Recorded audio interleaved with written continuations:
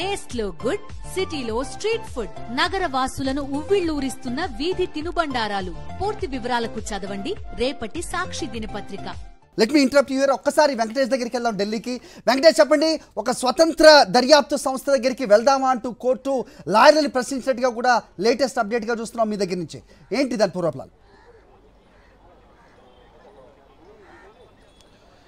Supreme court విచారణ తుది దశకు చేరుకున్నట్టుగా మనకు సమాచారం వస్తుంది. చాలా కీలక ప్రశ్నలు సంధించిన సుప్రీంకోర్టు ఇటు టీటీడీ ఇటు ప్రభుత్వం తరపునటువంటి సమాధానాలతో సంతృప్తి చెందినట్టుగా మనకు కనబడుతుంది. ఆ నేపథ్యంలో కేంద్ర ప్రభుత్వాన్ని ఈ విషయంలో జోక్యం చేసుకోవాలని సుప్రీంకోర్టు అడుగుతుంది. సో ఇది ఒక బిగ్ బ్రేకింగ్.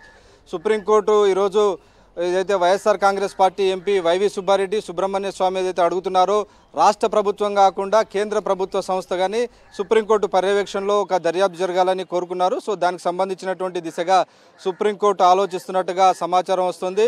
సో ఆ మేరకు సొలిసిటర్ జనరల్ తుషార్ మెహతాను ఈ కేసుకు సంబంధించినటువంటి ఈ మొత్తం వ్యవహారానికి సంబంధించి దర్యాప్తు ఎవరు జరిపితే బాగుంటుందో చెప్పాలని ఈరోజు సొలిసిటర్ జనరల్ను క్వశ్చన్ అడిగింది. సో ప్రస్తుతానికి దానికి సంబంధించినటువంటి యోచన జరుగుతుంది. నిజానికి ఈ మొత్తం వ్యవహారంలో ఎన్డీడీబీ ఇచ్చినటువంటి రిపోర్ట్ ఏదైతే ఉందో ఇందులో ఇటు పంది కొవ్వు కానీ అలాగే ఫిష్ ఆయిల్ కానీ ఇవన్నీ కలిపారనేటువంటి విషయానికి సంబంధించినటువంటి అంశాలు ప్రస్తావిస్తూ జస్టిస్ బిఆర్ గవాయ్ ఇది కేవలం సోయాబీన్ ఆయిల్ కదా దీనికి సంబంధించినటువంటి అంశం అని దాన్ని కూడా ఆయన ప్రస్తావించినటువంటి పరిస్థితి. సో ఎన్డీడీబీ ఇచ్చినటువంటి రిపోర్టు పైన కూడా ఆయన అనేక అనుమానాలు వ్యక్తం చేస్తూ మనకు కనబడుతున్నటువంటి పరిస్థితి.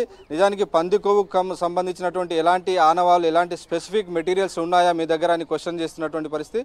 సో ఇది ఈవో మొదట్లో చెప్పినట్టుగా వనస్పతికి సంబంధించినటువంటి ఆధారాలు ఉన్నట్టుగా కనబడుతుంది. ఎడిబుల్ ఆయిల్స్ ఏవైతే ఉన్నాయో వనస్పతికి సంబంధించి కానీ సోయాబీన్కి సంబంధించినటువంటి అవశేషాలు ఉన్నప్పుడు కూడా ఇలాంటి రిపోర్ట్ వస్తుంది కదా అని ఈరోజు జస్టిస్ బిఆర్ గవాయి ప్రశ్నిస్తున్నటువంటి పరిస్థితి. సో చివరికి దాదాపు విచారణ చివరి దశకు చేరుకుంది. సో ఈ విషయంలో ఏదైతే మొదటి నుంచి కోరుతున్నామో సిట్ కాకుండా రాష్ట్ర ప్రభుత్వం చేసేటువంటి సిట్తో కాకుండా ఒక ప్రత్యేక స్వతంత్ర సంస్థతో స్వతంత్రంగా దర్యాప్తు జరపాలన్నటువంటి వాదనకు సుప్రీంకోర్టు దాదాపుగా అంగీకారం తెలిపినట్టుగా మనకు సమాచారం వస్తుంది. సో ఆ నేపథ్యంలోనే ఎవరిని ఈ దర్యాప్తుకు సంబంధించి ఉపయోగిస్తే బాగుంటుందో చెప్పాలని కేంద్ర ప్రభుత్వ న్యాయవాది సొలిసిటర్ జనరల్ తుషార్ మెహతాను సుప్రీంకోర్టు అడుగుతోంది. హరి రైట్ వెంకటేష్.